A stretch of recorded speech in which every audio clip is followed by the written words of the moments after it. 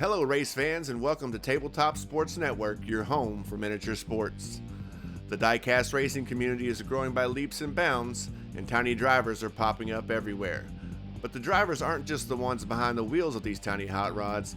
The drivers are the content creators, custom track parts creators, racing promoters, and anyone pushing this sport to greater heights. We wanted to sit down and have a conversation with the people that make this sport what it is today. Here's our conversation with the three-time DRC Champion, Superman Stephen King. We hope you enjoy. All right, hello race fans. This is Dave Davis here with Tabletop Sports Network, Tiny Hot Rod Association, and our channel What Game Now. We're here for another episode of Meet the Drivers, and today we have a very special guest, especially for me, the Superman Stephen King. That's right, the man is here.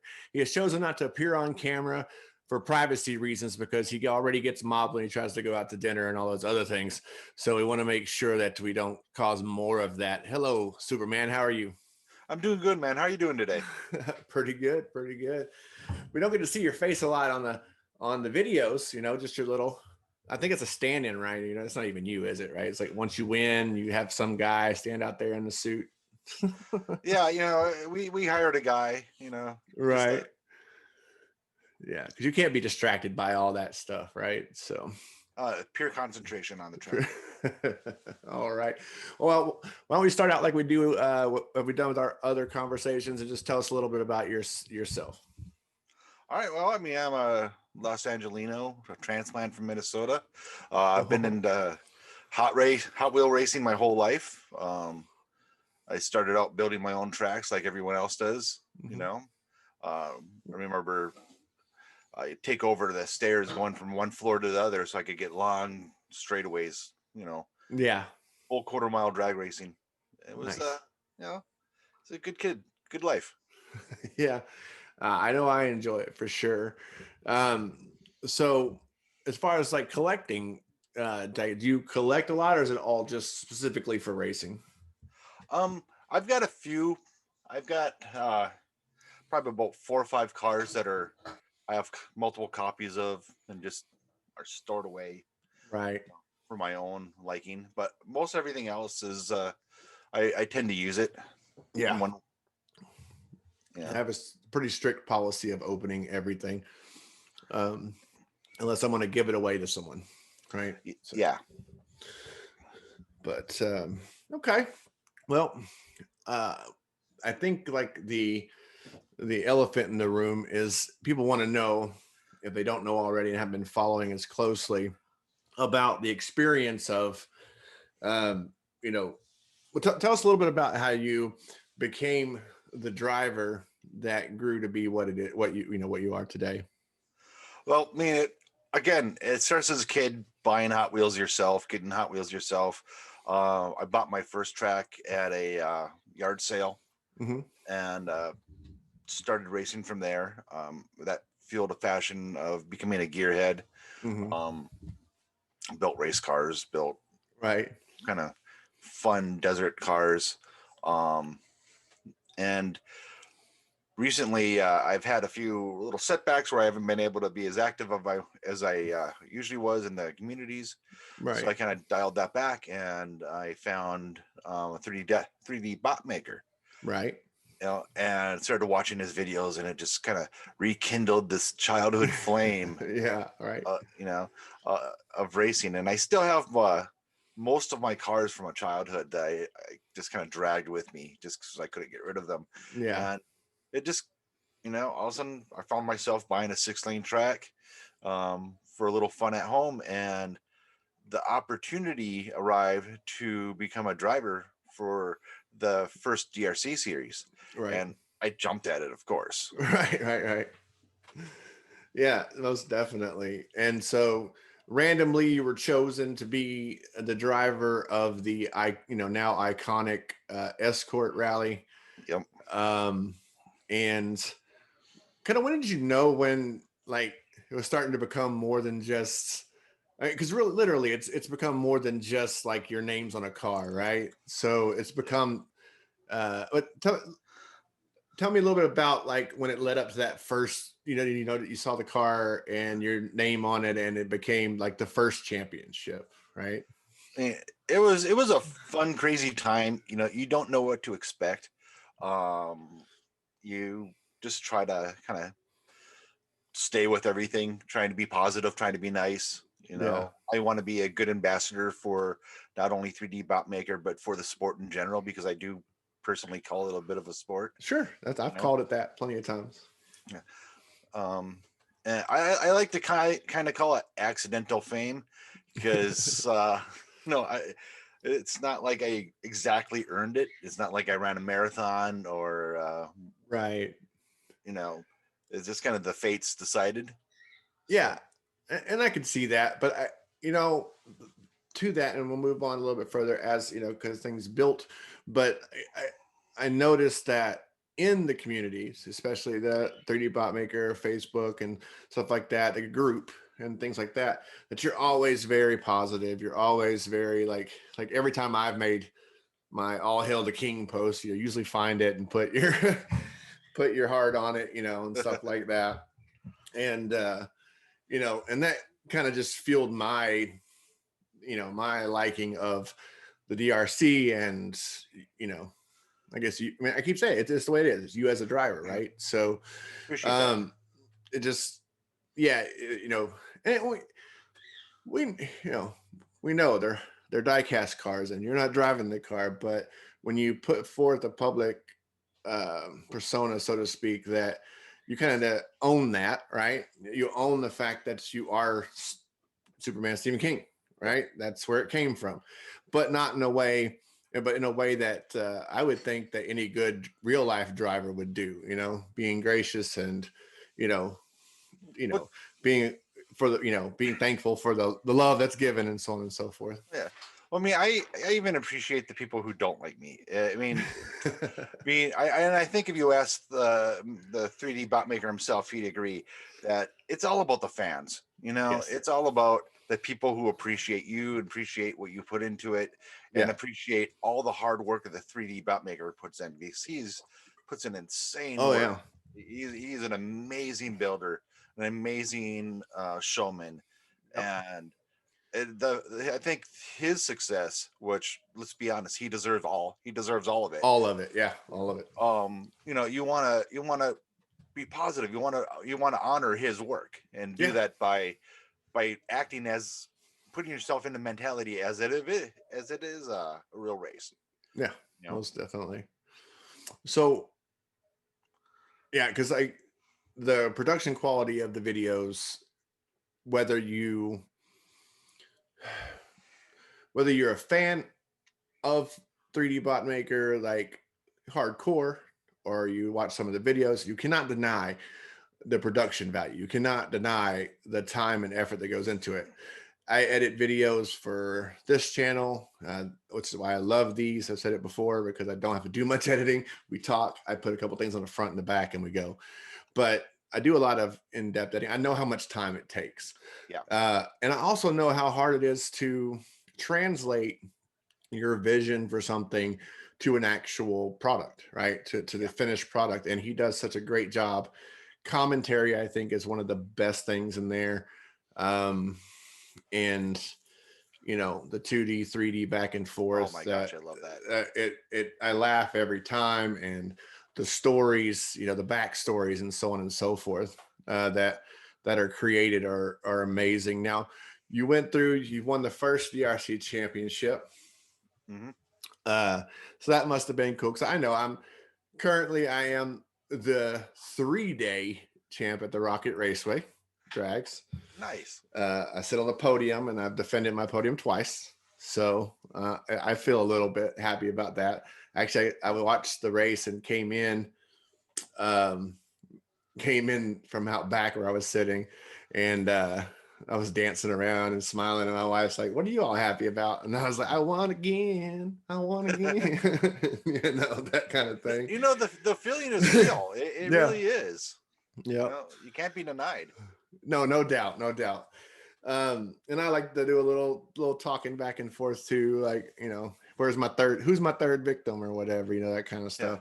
But so you've gone through, you know, the DRC being a new thing at that point, right? Like we'd seen Race Mountain, and and in multiple iterations, right? Yeah. So, and then the diorama that it is today, which is amazing, and a lot of time and effort went into that. Oh yeah. Currently working on that now, and I tell you, if you don't know, if they don't know, people don't know, there's a lot that goes into that.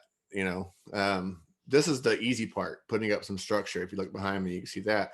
But when it comes to getting ready to design and decorate, that's a whole nother animal. So, Oh yeah.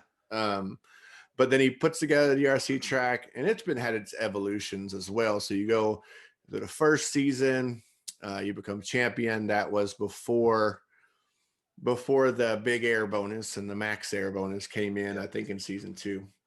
So when you was there any any other, I mean, I've had 3D comment on a couple of my posts or whatever, just giving me advice on the race that we did, the scale quarter mile drags, the 4-lane one, just on camera work and stuff like that, which I appreciate. But was there any contact after that between you and 3D any more than what would normally be? Did he see the reaction and reach out to you at all? We've talked a few times through messages. Nothing specific about the racing. The one thing I really love about 3D is the actual racing is real. You know, the competition is real. He doesn't he doesn't just like choose a story and then choose to narrate it, Right. and then film racing that happens to fit best into whatever storyline he chooses. Right. Because I'm sure if that was the case in the first one, if you look at it, I wasn't the favorite to win. No. And I'm sure if he was just going for pure likes, for pure maximum attention, he'd listen to the crowd and just kind of always trying to give the crowd what they wanted. Yeah. And that's one of the things I really like about diecast racing in general, because for the most part, that's it. Like, you might put a couple of cars in there, a couple of names or something like that are meant to cause some sort of rivalry or make a favorite or whatever, but you can't control from top to bottom what happens. You can't control if someone's going to bean off, the inside of the track and bounce off a cliff and die, or whatever. Race in peace, McClay. Right. You can't control that, but does a great job of getting into it and narrating what's happening, and then taking into account what happens on that episode or that race to build on the next one. Yeah. So when it came into the second season of the DRC, I think I've seen them all, but I've seen so much race footage. So remind me if I'm wrong. That's when it kind of started building up you up a little bit as the champion, right? Because you were the champion from previous, and it started building up the returning champion. We talked about how it is real, like that feeling is real, like of excitement or whatever, even though you're not out there. So how did you start to feel as the season went on and you started to realize, hey, I might do it again? It's, here's the thing about that is it's because it is real racing, and right. I have experienced drag racing on the track, of course. Right. There's always a chance something's going to go wrong. Right. And so it's like I've always kind of had this mentality. When I was younger, I did bike racing. So I've had like BMX type. No, kind of more Tour de France. Okay. Yeah, I had Cycling. a wonderful aunt who got me into it and got me geared up. And I remember I was the last lap and I was leading the pack, and then my derailleur decided it no longer wanted to be part of the bake frame. Yeah, that's not good. Yeah, so there's always that element of something's gonna happen. The second one, even though I was confident I was gonna win, you never want to jinx yourself. No. No. So I was really happy. I was like running around the house when I won. Yeah. And that was the second one was the one where they brought in that prototype, or was that the last one? No, it was second one was no, that was the second one was Kid Donut, and that's the right. third one That's was right. the prototype. Yeah, never mind. So I'm thinking I forget there was a fourth one, which we'll talk about later. But yeah, so the second one, you're going through and you're dancing around the house whenever you get done. I would be too. Don't give Yeah, my girl's looking at me weird, like, what? What did you win? I'm famous. I'm Yeah, famous. yeah. She thinks it's funny. Yeah. So you're dancing around on that one, and were there any thoughts like that at that point that you were going to do it again? I thought that this was going to be a ride that you just ride out until it ends. Yeah. I had no clue. See, because you don't have anything directly involved. It's all his show. No. Yeah. You're a little bit of on the window sometimes. Yeah. So it wasn't. I was pretty sure idea he was gonna I won the second one that of course I'm gonna be brought back. Right. But there's no guarantee. No. I was a little worried because bringing Kid Donut into the race was a pretty direct shot that, hey, I'm not set in stone. Yeah.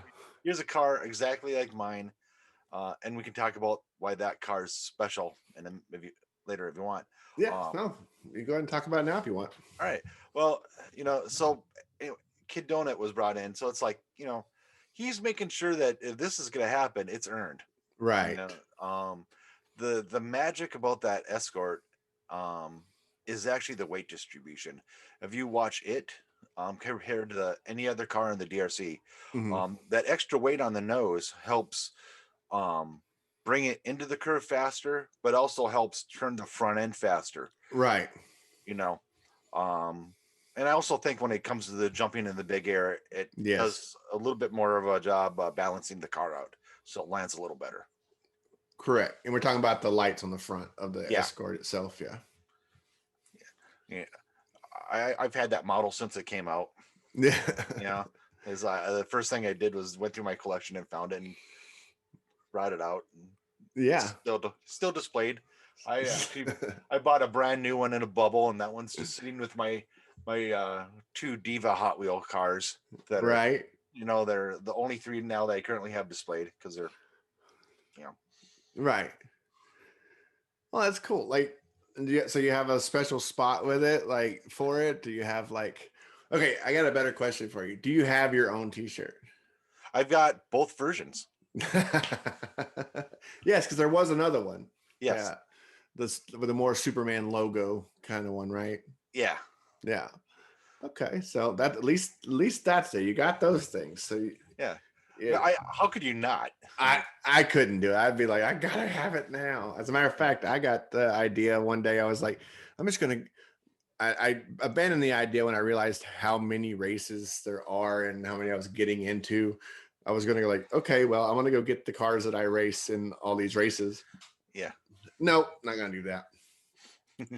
I might get the Challenger or it's a Charger or whatever that I'm in right now in the Rocket Raceway. But it's just one of those things.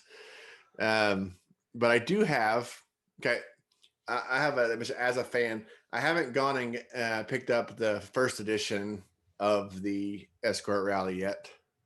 Yeah. I still want to get it, but I haven't. But I do have 6 of the Backyard Rally number 9 ones. Yeah.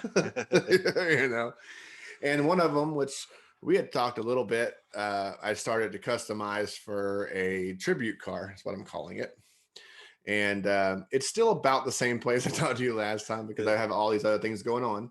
Yeah. But I do have the plans on what I'm going to do with it. So I think it's going to look really nice. I got to clean up the lines because some of the taping didn't hold exactly right when I made the red line to the middle.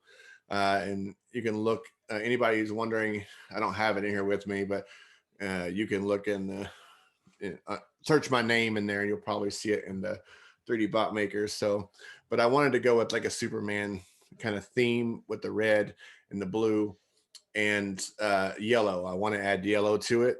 Oh, cool. So I think it was the episode before last we just recorded a new one. So I think the last episode that we published, I talked to Jim DeSoniers about, and I'll ask you the same question. So do you modify cars as well? Yeah. I entered I entered 2 cars and my wife entered 2 cars. Okay. For the King of the Hill. I haven't seen them yet. Uh-huh. I'm not having high hopes on how they do because I decided to get really experimental with the weight placement. Right. I wanted to just kind of. I figured it's good to push the weight and balance signs hard as early as you can. So once you get another chance to the race, you can see what worked, what didn't work, and you can start to modify it for the next. Yeah. So they did qualify. They're just waiting on maybe next season or something, right? Yeah, maybe or everything's like planned out. I think till like the end of next year at least. Yeah, it sounds like he had quite the interest in. Yeah, I think like all of next season's King of the Hill is like already lined up. So yeah, but hopefully it's one of those, and we get to see that. Now, so modification. So have you ever asked this question? Like I asked Jim, or maybe it was Josh. Anyway, don't remember. Done a few.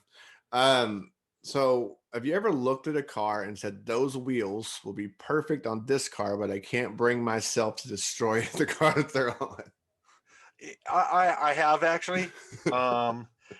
And I've actually gone as far as searching eBay for used beat up versions with decent wheels, just where I can like say, okay, I can justify it a little bit, but then I still end up putting decent wheels on the, other car because I don't like I've got one car that's beat up and just a shell of a car on display, just because even that way I can't, they're precious to me, they're all.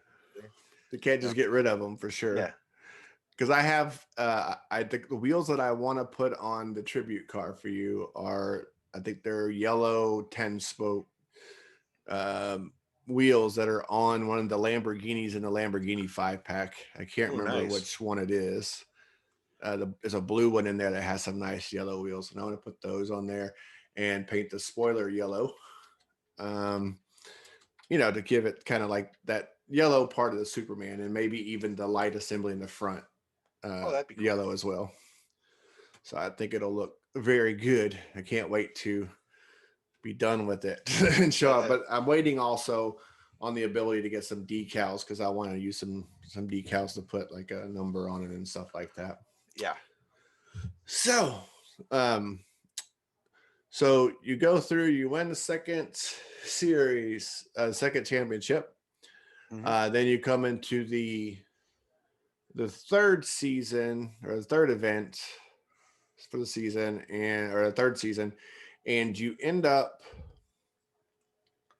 or third event, and you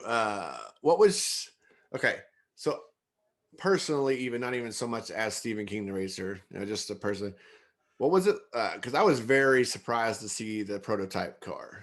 Yeah.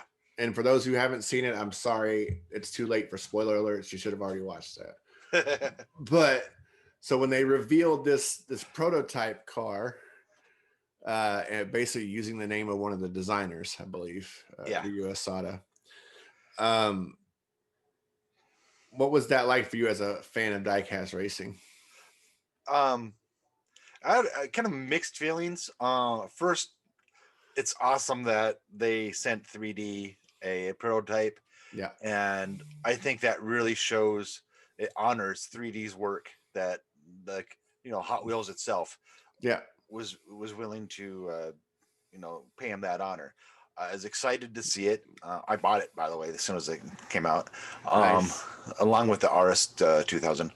But then on the competition side, it's like okay, we have all these kind of random cars that 3D purchased. We have just kind of average everyday drivers like I was stepping up to be the driver for the Right. new DRC series. And now we have a corporate hotshot sniper. Right. So it's like, like, okay. And it's a prototype, so you don't know, and not that he would, but you don't know what's been done to it, right? Yeah. It's like it's unpainted and so on and so forth. So, and the new model, you've never seen it race before. You never, yeah. You don't know the balance of it. They might have taken an escort and measured every part of it and figured out its secret, right, and then decided to play with it to make it up to the nth degree. Right. Well, I will say that thing could fly. Yeah. That thing launched places I never thought a car was going to get on that track. It was threatening your Supermanishness. Because that was just gone. But you were able to pull it off a third time. So, and I was very happy then. Yeah. Right. Oh yeah. That was the closest race. That's the one where I realized that, cars get older, they race a lot, they tend to start to slow down, and this ride's not going to last forever. This isn't just going to be, Yeah. So you win the third one. Like I said, that's, the shirt, the 3 times and so on and so forth. Like I've watched a lot of sporting events in my time. I'm 43. I've been to baseball games and football games and hockey games and all the like. And I have to admit, like, watching it was just as exciting in a way, like in a lot of ways. And some people might, make fun of that. Some people might understand that. Some people might kind of understand it, but it was just really cool. It was because the first season I watched after the fact, the first event, the first season or whatever, the first series, the second series I caught at the end. And then the third was the first time I'd watched every video, so I followed it very closely, so when it happened, and I was like, yes, because at that time I was rooting for you, right? I was like, all right, come on, Superman. So you won the third one. It was a lot of people, I think, were very excited about that. And I think that was even the popularity in the group and stuff like that became even more. There were more fans, like outward fans, right? Yeah. People finding like just getting the escort rally in any way they can, any version, or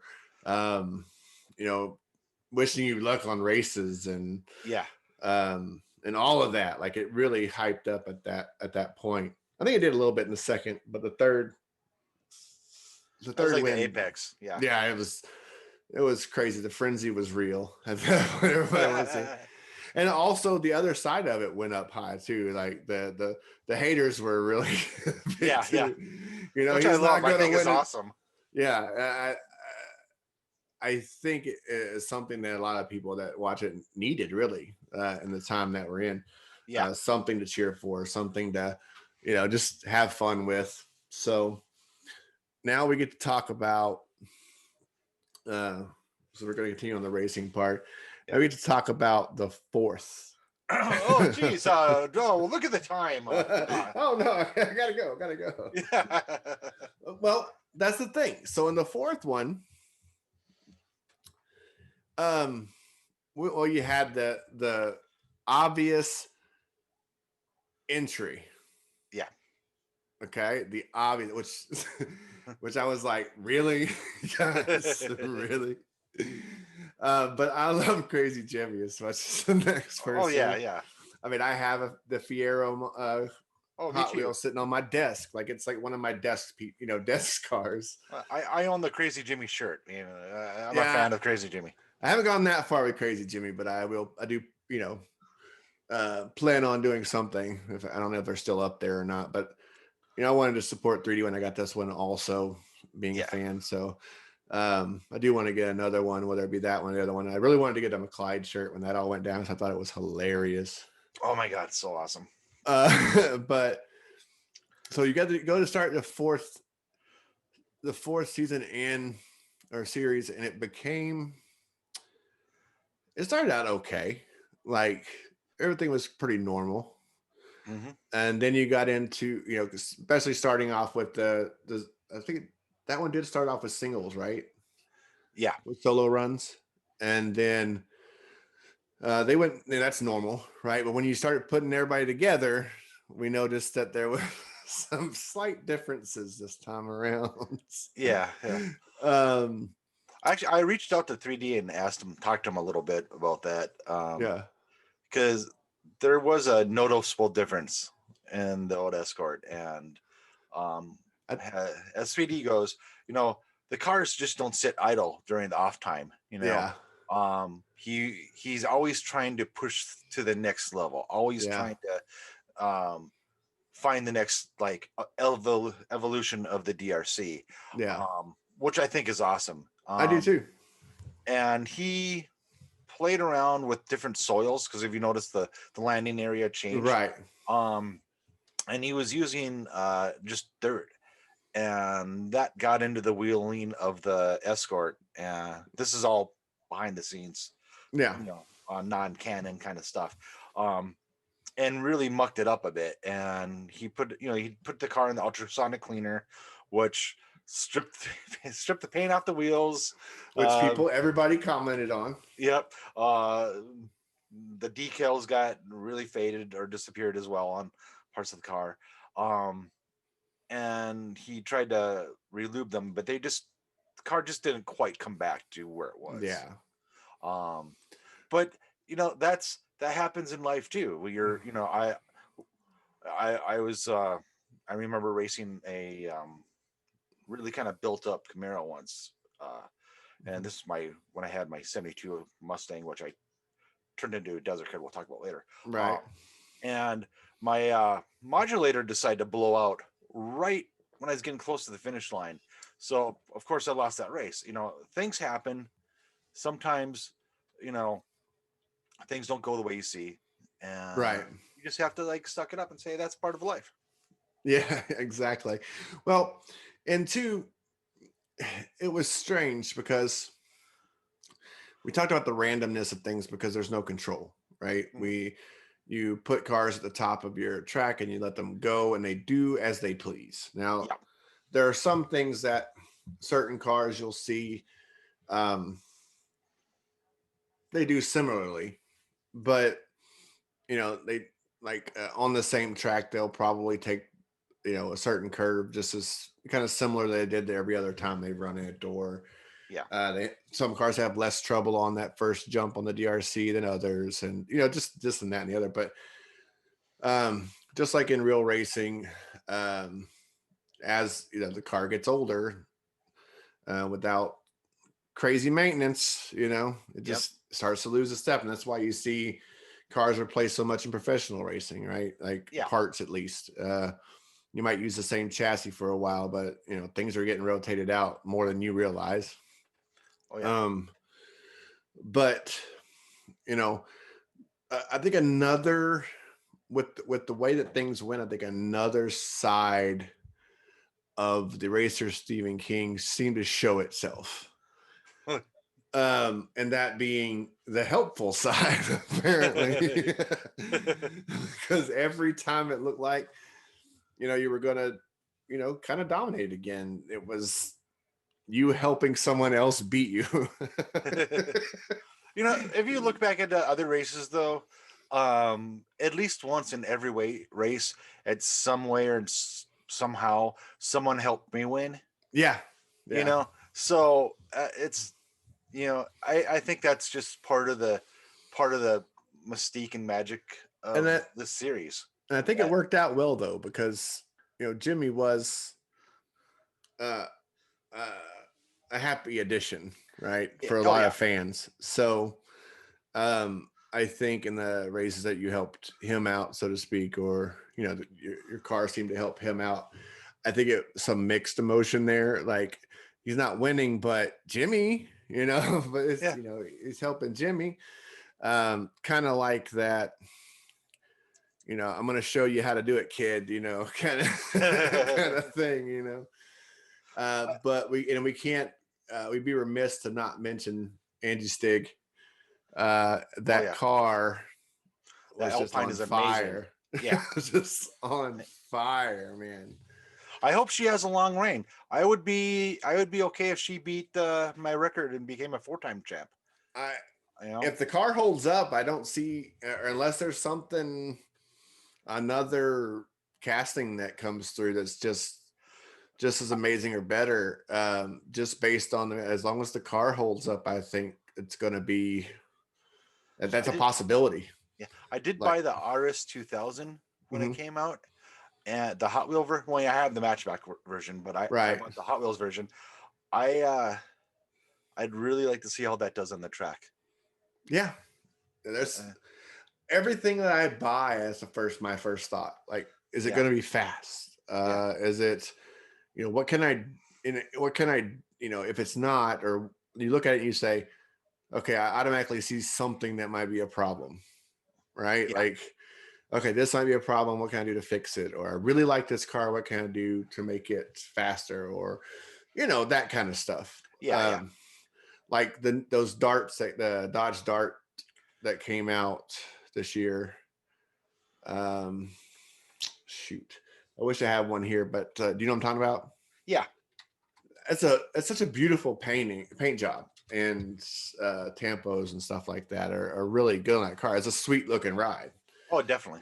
And I just want to make it as fast as possible at that point, right? I want to see that awesome looking car go fast and win. Yeah. And so that, I think it changes the way, I mean, when occasionally I'll get something that's not a real car. Usually it's limited to cars that look like real, licensed cars, but with little, that aren't really. I shy away from fantasy cars unless it's just something I think is cool. I'm the same way. But I don't know. There's something about seeing a car that exists in real life running the track, Oh, yeah. And I think it's a lot of ways it's a substitute. Like you were talking about, you done racing, you had to step back from that in a way. This is another outlet for that feeling, kind of like you get, and it's not the same. Let's be honest. I mean, going fast in a real car you can't replace that with Hot Wheels. But you get a similar feeling of, fulfillment in that, like you're still racing in some way, shape, or form. And it's still about competition in a way, all the way, right? Yeah. It's still about what's faster and how can I make it faster. And that's the same kind of things that you do with the real deal, right? What can I add? What gives me that extra, half second, or, even less, what's going to give me that extra tenth, Yeah. I mean, whatever. I found myself looking at different types of lubes, wet lube, dry lube. Yeah. I ended up with crushed graphite. Yeah. As my choice. I use that. You can get in the automotive department, the lock lube stuff. Yeah. It's just powdered crushed graphite. It works. It doesn't take much, and it works wonders on locks, but it also makes cars go faster. Like that is a miracle of some sort. Like I had a lock and just puff a little bit in there, work the key a little bit, and it's like a brand new lock. So it makes sense that when you put it, inside the wheels on the axle and stuff, it's going to make for a faster car, no matter what the car is. Yeah. And that's another thing, because I talked about the idea of making a segment on Tabletop Sports Network about the kind of like a scientific analysis of modification. Like, what does this actually do? If you put weight in the front, how does it help or hinder on a downhill drag strip? How does it help or hinder on a road track? Yeah.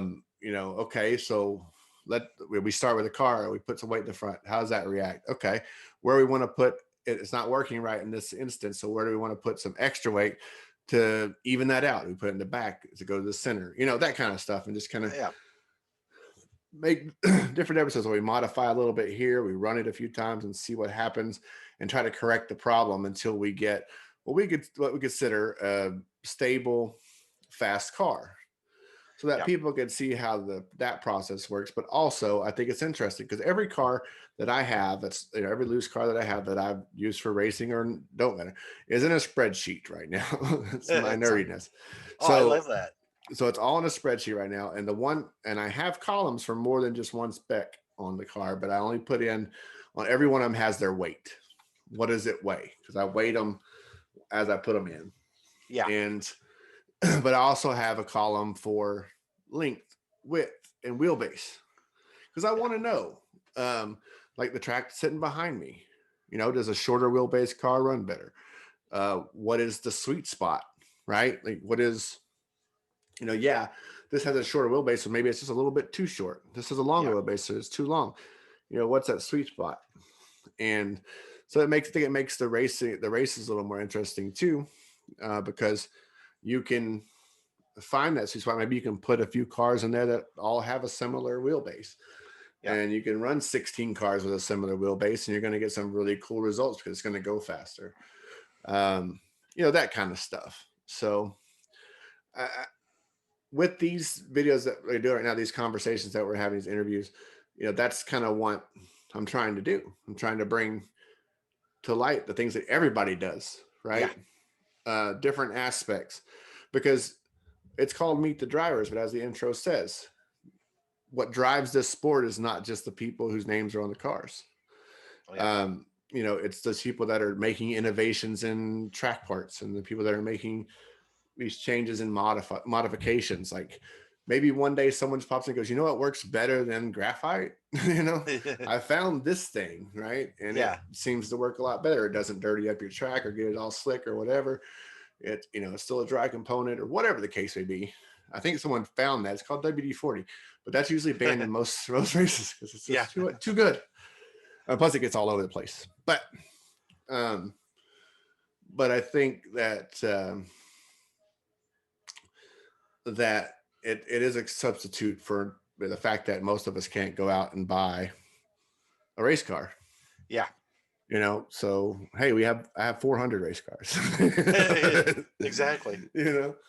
And I play with all of them, in some way, shape, or form.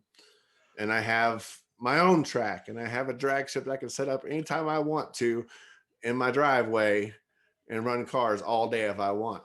That's so awesome. I love your track, by the way. Huh? I love your track. Yeah. This one or the drag track? I like the drag track just because it reminds me of the taking up the whole stairway and making a monster drag strip. That's the twist. The twist is awesome. Yeah. Oh, it's going to get more awesome. Okay. I've decided that I need to make some adjustments in levels. But before I do that, I'm going to disassemble what's there and take a picture and disassemble what's there. But on the bottom of this base that's behind me, I haven't decided which size. I also like model trains, right? So I think they all kind of go together. So here's my little N-scale engine right there. Nice. It's pretty cool. Yeah. It's the Rocket, the Rock Island Rocket. But anyway, I have a little mixture of cars. I don't have any sets or anything. But what I'm going to do is I'm going to put a train underneath the track. Yeah. And then when I do the diorama, the landscaping, all that stuff, I'm going to make it all one piece, one thing. So where the train and the track are one big diorama. That way I can play with my trains in my that's awesome. And my track. But I haven't decided whether it's going to be the HO scale, which is closer to Hot Wheels. Yeah. It's a little bit well, isn't the N scale's HO scale's 187th? And then you have is it O scale? That's almost exactly S is scale. 1/64 scale, basically. Okay. Yeah. So S scale is, but it's not as popular, and I don't want to go hunt down S scale stuff. So I've decided either I'm going to use HO, and it's going to be close enough. It's 1/87th. Yeah. Or I'm going to use my in scale and make the diorama like a perspective thing. So like Oh, looking from above, everything is bigger up top and smaller at the bottom. yeah. Plus I like the in scale because I could put more train and more track in a smaller space. So, but anyway, yeah, so we're going to have a train, and I'm toying with the idea of having like a station that has a stairway, like starts in a small in scale stairway, and when it comes out at top, it's a 1/64th or scale stairway. So it's like you're transitioning from a smaller world into a bigger one. Oh, that's awesome. And have little people coming up, like in scale people at the bottom, and then when they get to the top, they're 64 scale or S scale. So but a train station where people could get off and actually go to, this is like a race course that's built specifically for racing in a mountain. There's going to be probably a waterfall right up here. So where this comes across, the waterfall is going to go down into this bottom portion, and there'll be a lake there. Oh, cool. And then bridges for the train and a bridge for the cars and a couple bridges for the cars. And I'm not sure and this side over here is where the station will be and stuff for the track. So I really like the fact that I can combine both of those hobbies into one. Yeah. And it uses a lot of the same skills, just like I was talking to you about the tribute car that I'm making, transitioning miniature painting skills into painting cars. Yeah. Similar, just different mediums of that. Let me grab this real quick. I know people love it when I step out of frame. But I'm in my studio room, which is my gaming room. A lot of cool things. So like, this is one of the ones I'm working on right now. Oops, we get over here. Oh, that's awesome. Yeah, so I'm painting it up with if you look at the top, it's like a undead thing. So it's got like a ectoplasm kind of thing on it. Yeah.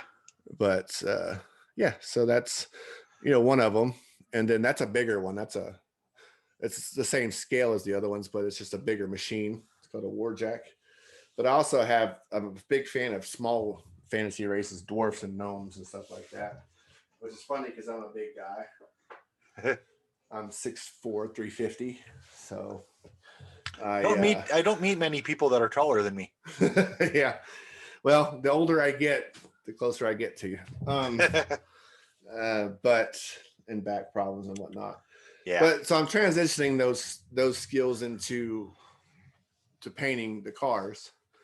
And that's one thing I really like, because this channel is about a lot more than just diecast racing. We have a lot of tabletop miniatures, game stuff, and whatnot.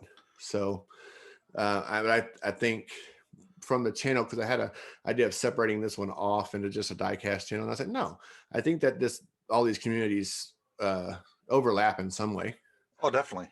So I'm just gonna do things that I enjoy doing and sharing with other people. And diecast racing hit me so hard as far as a hobby I wanted to do. Yeah. That I just couldn't help it. Like I got the deal on the track. I've said it more than once. So if you people yell at me for it, I don't care. I get like 32 feet of, 16. Yeah. So there were Dollar Tree 2-foot pieces of orange track, 2 of them per pack for $1. Yeah. And I picked up 16 of them. That's all they had. And that's what made the drag track. Well, I did go get the race crate and stuff, which I've done away with now because it's just too cantankerous. Mm-hmm. But I had to have it. Like I had other things in my basket, and I was like, nope, everything must go up. I can't get all 16 of these. I don't want any other things. Yeah. And that couple days into it, like after we got it, I had my buddy out there and we were building it. we were like, we got to run these cars. And when I watch like 3D or any other races that are well produced, I put them on the television just like I'm watching the sports network. And I'll watch it just like a sport. So, I think that, it's just a really cool thing to do. And the community is great. Like most everybody I've ran into has been extremely nice. And those who aren't usually get run off pretty quick. Yeah. Like they're they're real quick to be like, you know what? Why don't you just exit on out of here? Yeah. And no one has to ban them. They just don't come back because Yeah. that's just not good for them. But it doesn't pay in this community to be anything but nice. Yeah, that's why I love it too. That's why I keep coming back, even off season, different races. Yeah. I do have a question for you. Sure. So, out of all the DRC series, if you could pick one car that you're surprised at the lack of performance, what would you pick? At the lack of performance. Yeah, something that you thought was going to do really, really well, and then just decided not to. I think there have been a couple of those in the King of the Hill series, because you get some information about those, right? You get what kind of car it started off as, what the weight is. You get to see up close, some of the things that indicate modifications and stuff.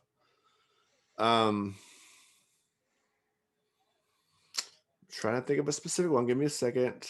Okay. In that experimental cars race that was done, remember that? When they had that thing. I really thought that flat car, you know what I'm talking about? The one that was like really, it was just kind of squashed down. Yeah. I thought that one was going to do much better. Yeah. Than it did. And it was really slow. It was extremely slow. I think that was probably one of the ones that stood out. I can't think of anything else right off the top of my head. I'll have to think about that. Maybe we can discuss it, and then like the next time we sit down, which I'm sure it'll be at some point. For me, it's the '85 Porsche 911 rally car. I really thought that was going to do really well. I thought that at the time, I thought that's the car that's going to try and beat me. Yeah. And then it just decided to take naps by rolling over. Yes. That happens all the time though, where you see it, but I think the DRC track is more known for that. Yeah. Because it looks like a fast car, and it probably is on a drag or a more traditional road course. Yeah. But when you have to factor in the jump and then immediately a curve, and then the second jump, if it makes it there, it's because when you leave the ground, like when it leaves the track like that, and it lands, so say it takes it pretty well and it lands too far into the curve, or it doesn't land far enough, that really messes with the speed in that curve. Oh yeah. And the curves are brilliant. I mean, they're what really weed out the cars from the good from the bad, Yeah. I mean, the first part of it is section to gain speed. That's the thing, because you need to have the speed for that. And it's the one thing, if you bear with me a moment, that's the one thing I don't think people understand, that these things aren't put together on his channel or any other channel, and most of the other channels, just by random. Mm-hmm.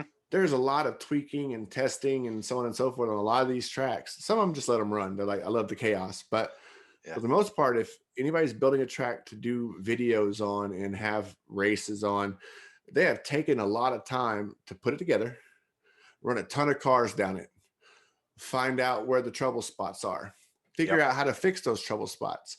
Then when you fix those trouble spots, sometimes you make new trouble spots. Yeah. And then, it's a whole process that goes along, and a lot of racing beforehand that goes into it before you even start to decorate things. Like that's why this still sits here after this will be I think technically this will be the 5th episode that we have, because I'm kind of banking a few.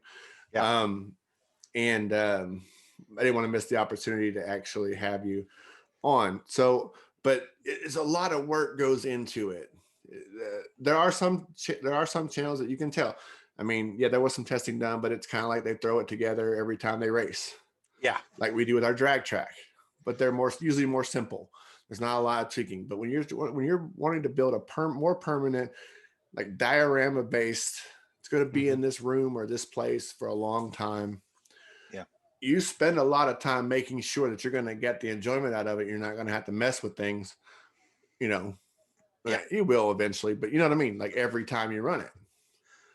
Oh, So anchoring everything down, making sure everything's in the right spot, you know, making sure that what you're putting over the edges of it isn't interfering with all the work you've done. Yeah. You know, there's a lot that goes into it. It's very time consuming.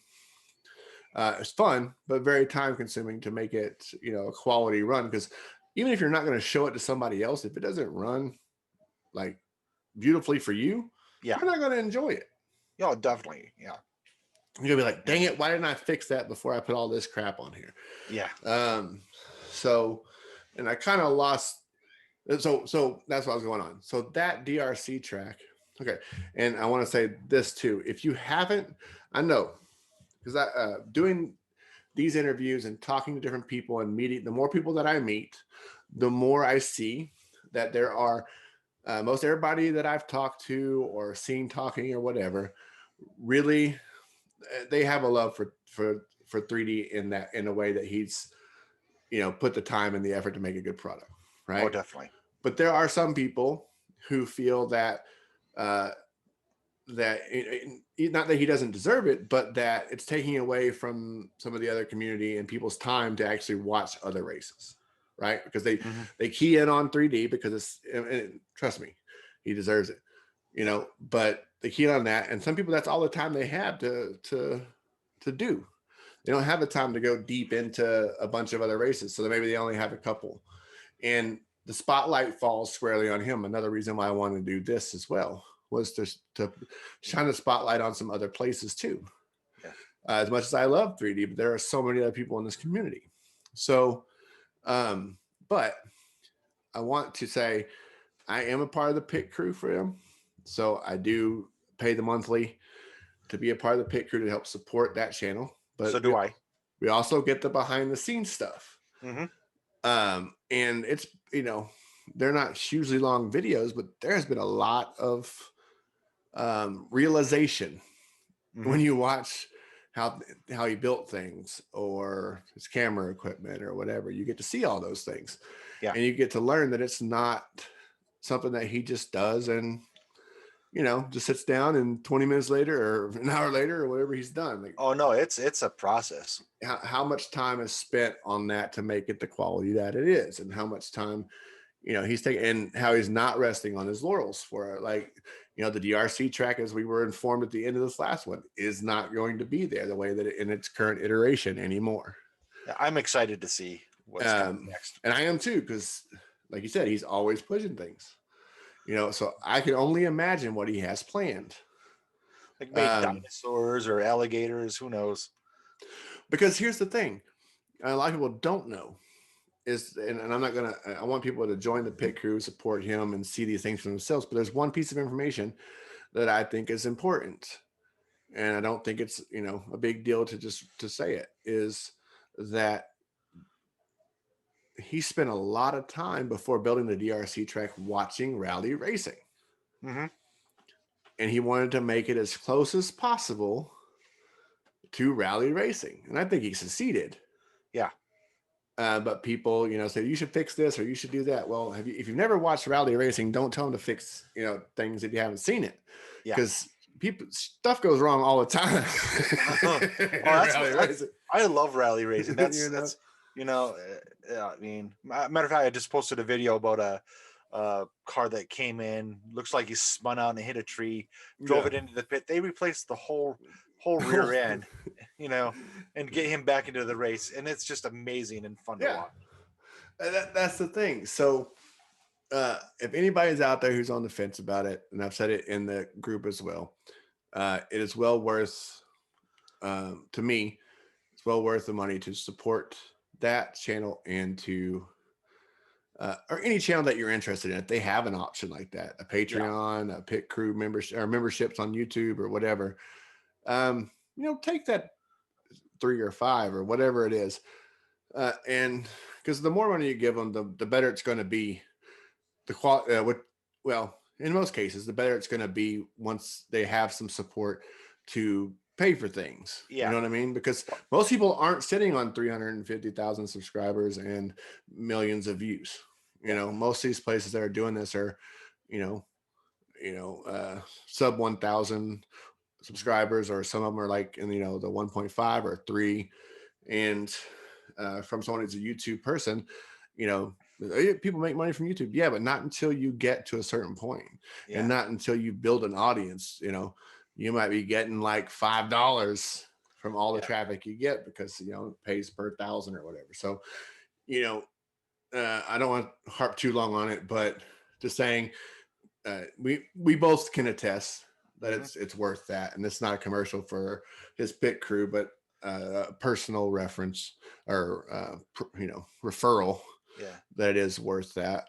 Well, one thing that 3D did was, number one, he bumped up the game, but number two is he kept his passion alive. You can tell that he's just as passionate now as he was when he built his first track.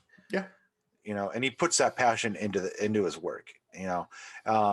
And thanks to 3D, we have so many more people building tracks and putting it out there for us to watch and enjoy, you know. Yeah, I mean, he's the reason why I used the Crash Racer track. Yeah. He's the reason why a lot of people use the Crash Racer track, but he's also the reason why people don't use it at all.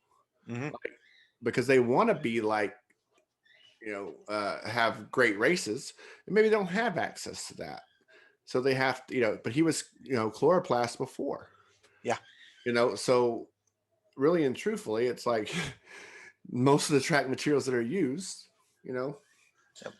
Let me toot 3D's popularize. Yeah.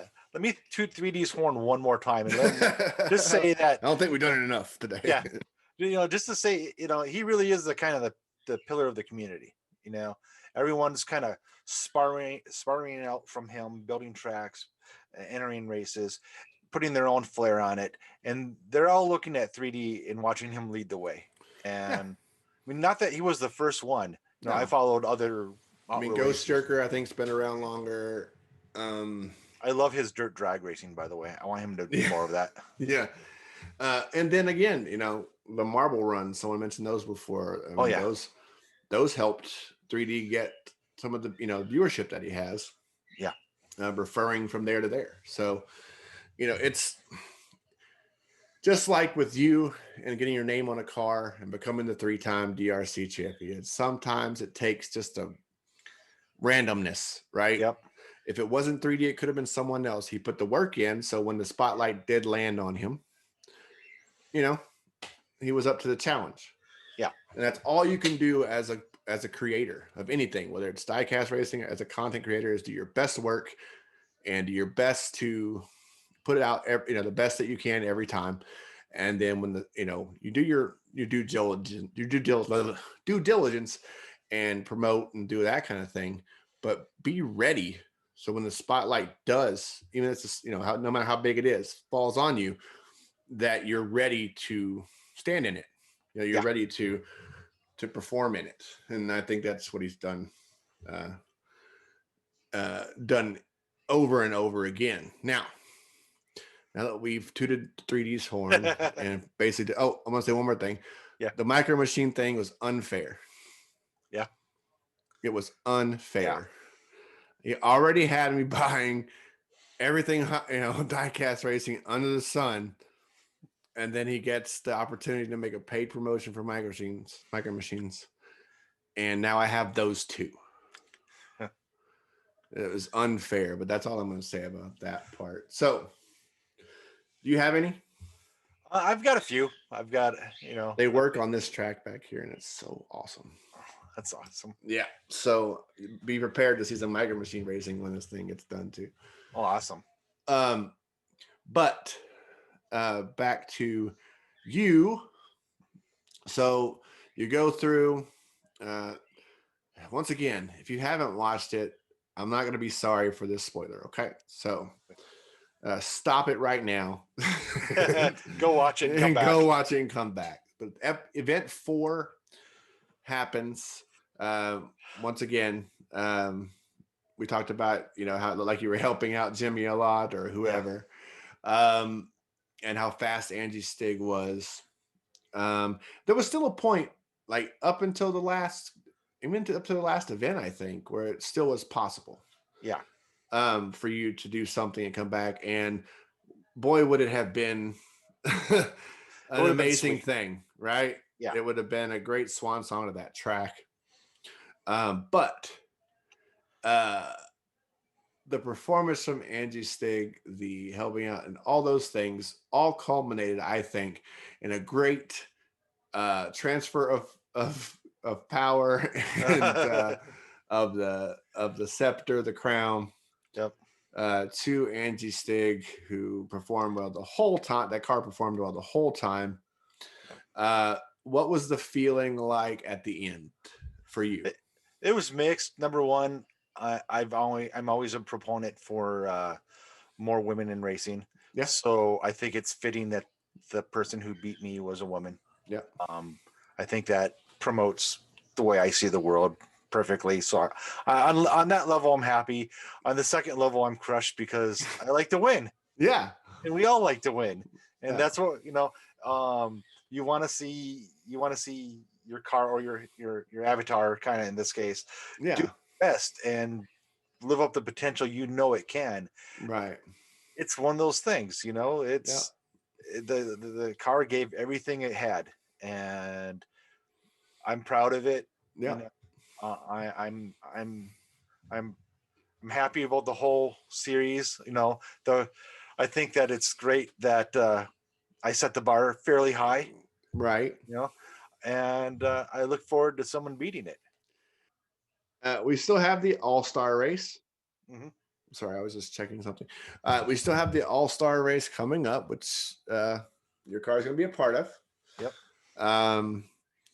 And we don't know it. That's going to be at Race Mountain. Yeah. I know you're not a part of the inner circle when it comes to what's going to happen to the car or the driver going forward, right? So, but what are your predictions as to whether or not we will see that car or you as a driver in a different vehicle, at this point?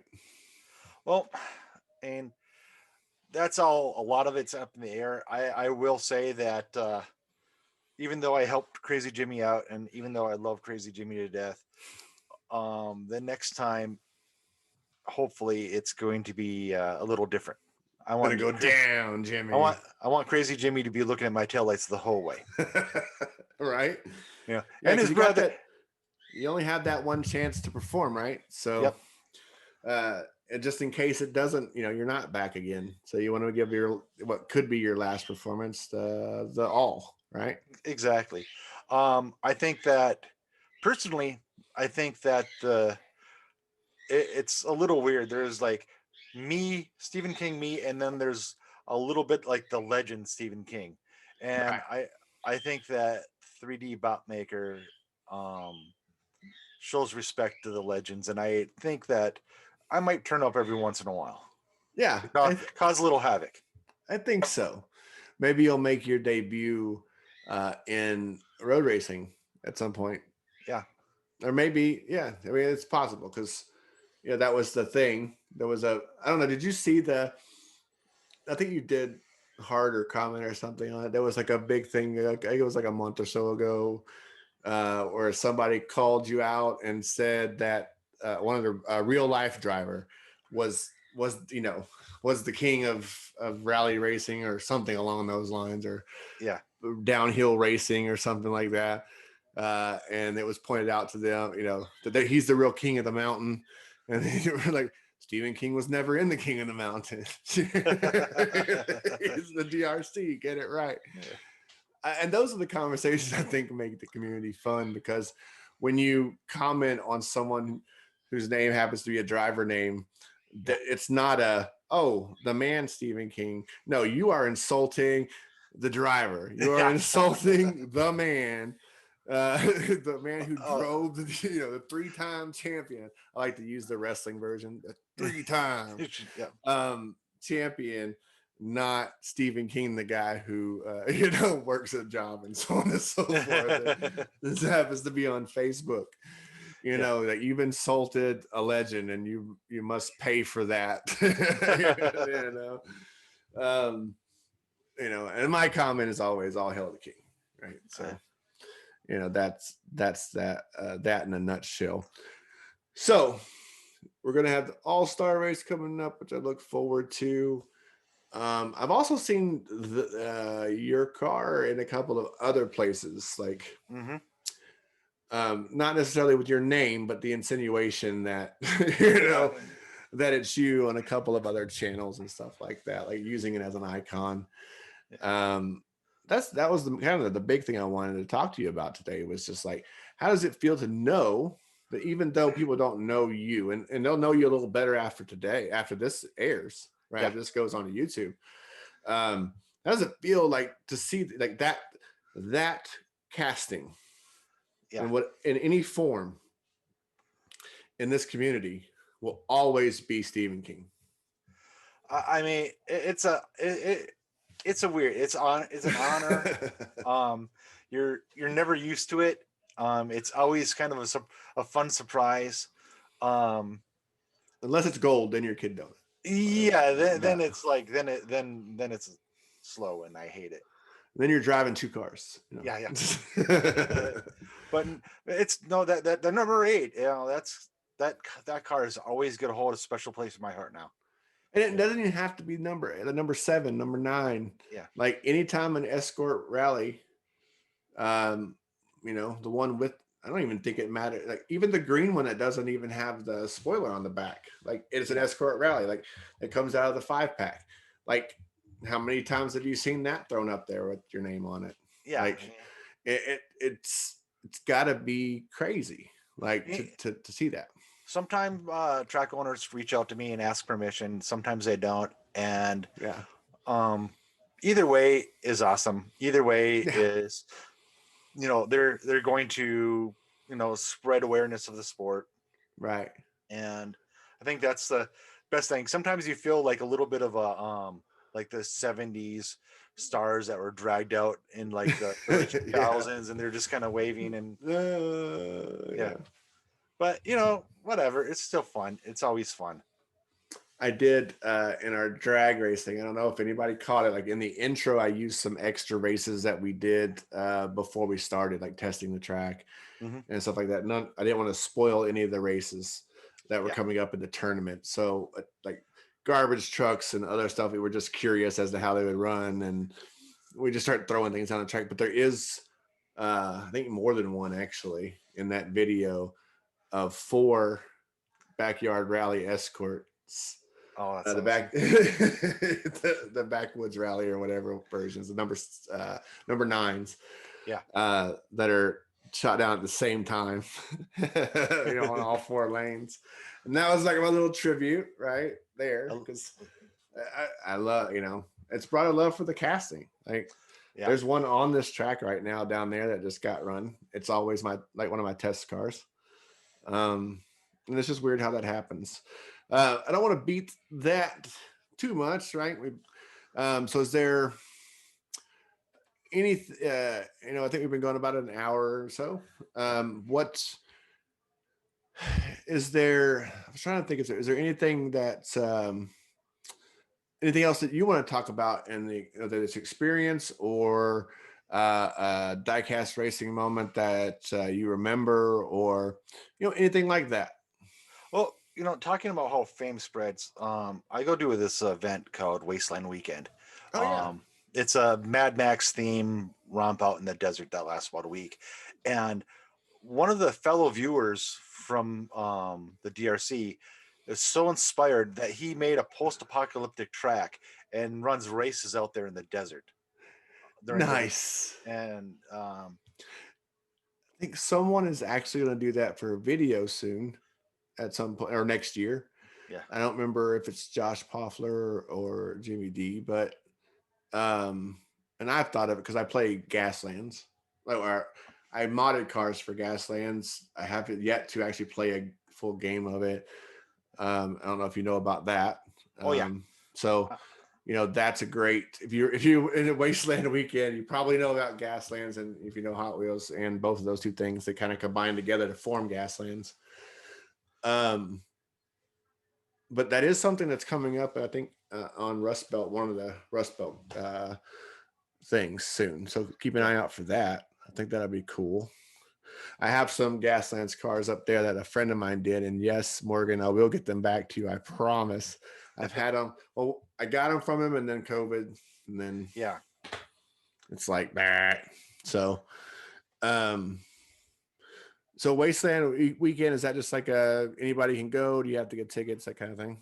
Yeah, you got to get tickets. It's 18 and over, and it's a weekend. It's an actual week in the desert, so you have to have some basic survival skills because the desert is actually trying to kill you. Yeah, most definitely. Well, we can even put a link in the description of this video because I want to promote what anybody wants to, promote as a thank you for being on and taking the time. If you have something that you're interested in, and I'm trying to think if there was anything else. I'm still stoked to have you. I'll tell you that right now. I've so many questions that I've wondered have been answered. Let's just put it that way. Yeah. And I think I don't want to drag things on. So if there's nothing else that you don't want to promote or talk about specifically, I think we can wrap it up here. But I thank you so much for being on. I think not only my questions were answered, I think we're going to answer some questions for some other people who haven't been in that position. And instead of trying to drag it on and get more information, how about we just say, if something else comes up or you have something else you want to talk about, we'll just do it again sometime. Sounds good. I want to thank you. I want to thank the DRC fans, the people who love me and hate me. I want to thank 3D Bot Maker, of course, and everyone stay safe. And just so you know, 3D, I have a spot for you waiting here whenever you have the time. So just hit me up. And if you ever watch this, hit me up because I would be more than happy to have you on as well, or anybody in the, that would be another dream come true, right?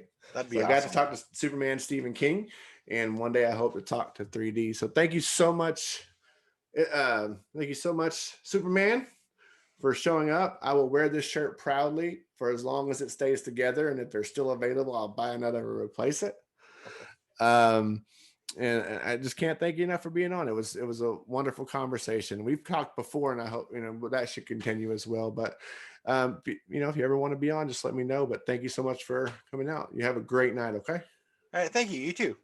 All right, buddy. Have a good one. If you're looking to make your race team, promotion, company, or group stand out, check out No Name Nerd. Put your logo and designs on t-shirts, hats, coffee mugs, and more. Their unique designs will help set you apart from the others. What Game Now and Tabletop Sports Network are affiliates for No Name Nerd, and if you use our coupon code WhatGameNow at checkout, you'll get 10% off your order. We thank you for watching Tabletop Sports Network, your home for miniature sports. This was another great episode, and we hope to bring you many more. If you know anyone we should interview or want to sit down with us yourself, just let us know in the comments or message us at the link in the description. Until next time, check out more of the videos here at What Game Now, and don't forget to like, comment, subscribe, and share.